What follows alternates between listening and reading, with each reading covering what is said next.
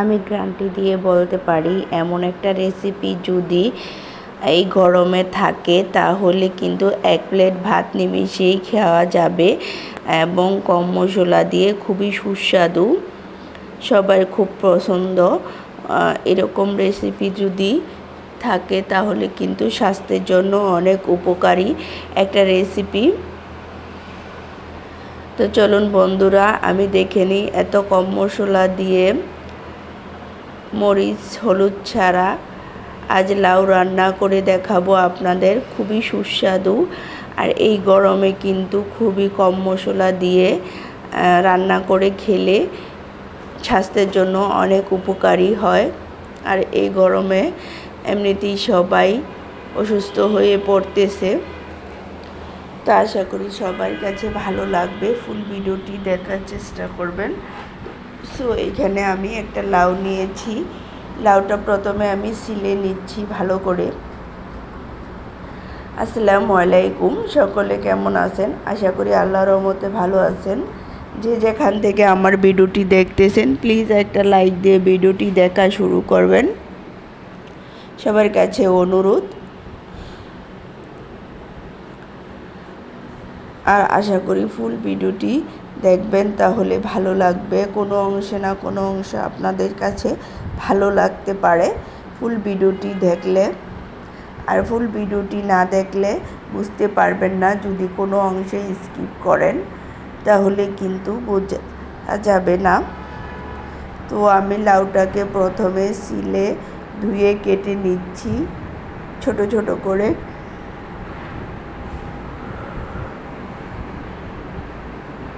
তো ছোট ছোট করে খুব সুন্দর করে লাউটাকে এখন কেটে নিলাম। কেটে নিয়ে এখন আমি একটা ঝুড়িতে উঠিয়ে রাখি। সবগুলো লাউই একটা ঝুড়িতে উঠিয়ে রাখবো। ঠিক সবগুলো লাউ এভাবেই কেটে নেব।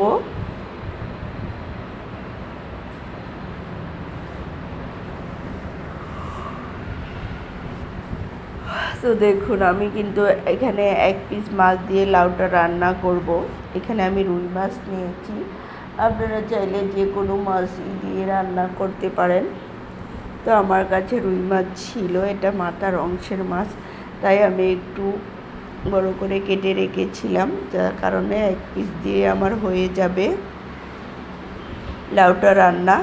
লাউ রান্না করার জন্য আমি এখানে যা যা ব্যবহার করেছি: কাঁচামরিচ, ধনিয়া ফাঁকি, পেঁয়াজ কুচি, রসুনের পেস্ট, সামান্য একটু আদা পেস্ট দিয়েছি। এখানে হলুদ মরিচ লাল মরিচ ব্যবহার করব না, আজ আমি শুধু কাঁচামরিচ দিয়ে রান্না করব, অন্য কোনো মশলা ব্যবহার করব না। সামান্য একটু তেল দিব, লবণ দিব।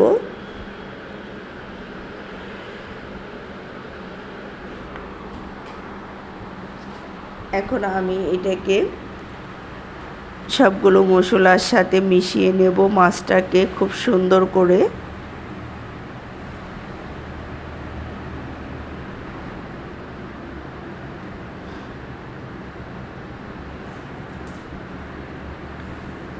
মাছটা মেশানো হয়ে গেলে আমি এখানে একটু পানি দিয়ে দেব।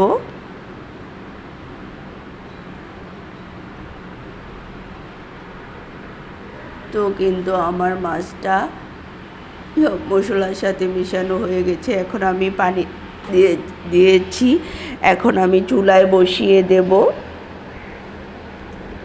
লাউটা রান্না করতে বেশি সময় লাগে না, খুব অল্প সময়ে রান্না করা যায় এরকম। তো বলক আসা পর্যন্ত অপেক্ষা করলাম, তো বলক এসে গেছে।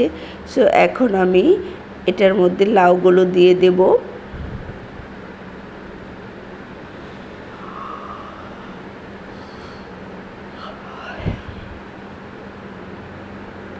আর এক্সট্রা কোনো পানি ব্যবহার করব না। এই পানি দিয়েই আমার কিন্তু লাউটা রান্না হয়ে যাবে।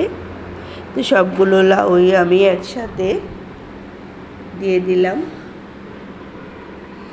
দিয়ে এখন নেড়ে চেড়ে নেব, কিছুক্ষণ নেড়ে চেড়ে মিশিয়ে ঢেকে দেব।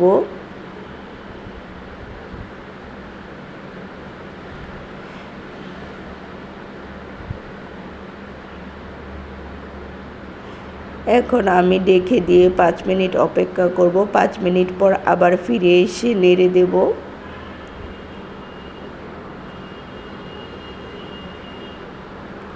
তো 5 মিনিট পর আবার ফিরে এসেছি। সো আবার নেড়ে ছেড়ে দেব।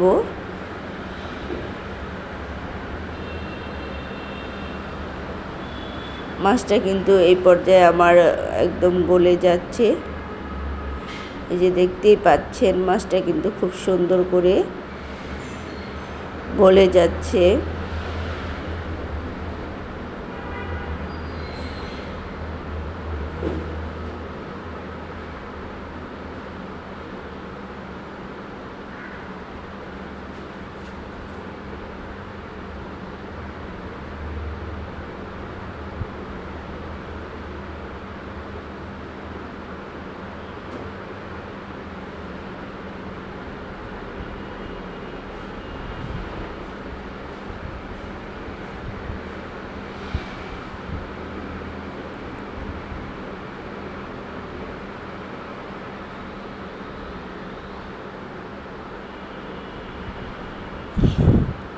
সো আমি আবার কিছুক্ষণ পর পর যখন নেড়ে দিয়েছি, এই যে দেখুন লাউটা কিন্তু প্রায় আমার হয়ে যাচ্ছে।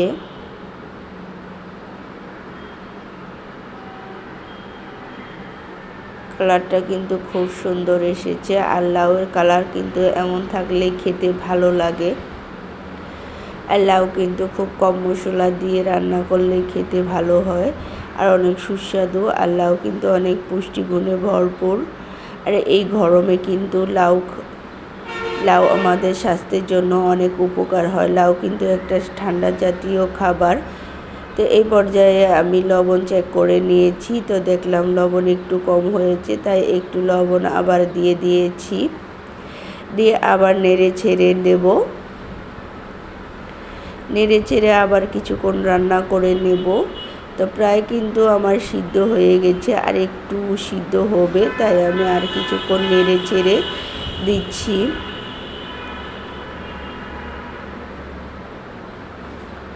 তো আরও কিছুক্ষণ নেড়ে চেড়ে আমি ঢেকে রাখবো 5 মিনিট, তাহলে আমার লাউটা রান্না হয়ে যাবে।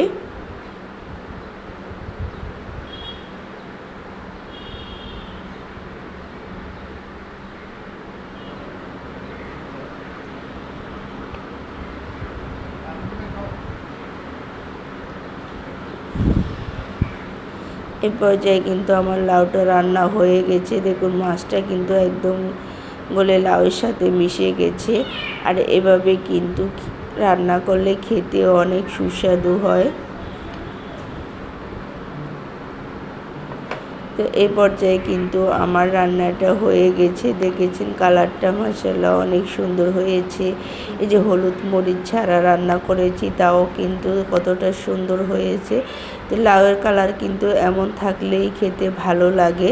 তো যারা যারা এতক্ষণ আমার ভিডিওটি দেখেছেন সবাইকে অসংখ্য অসংখ্য ধন্যবাদ।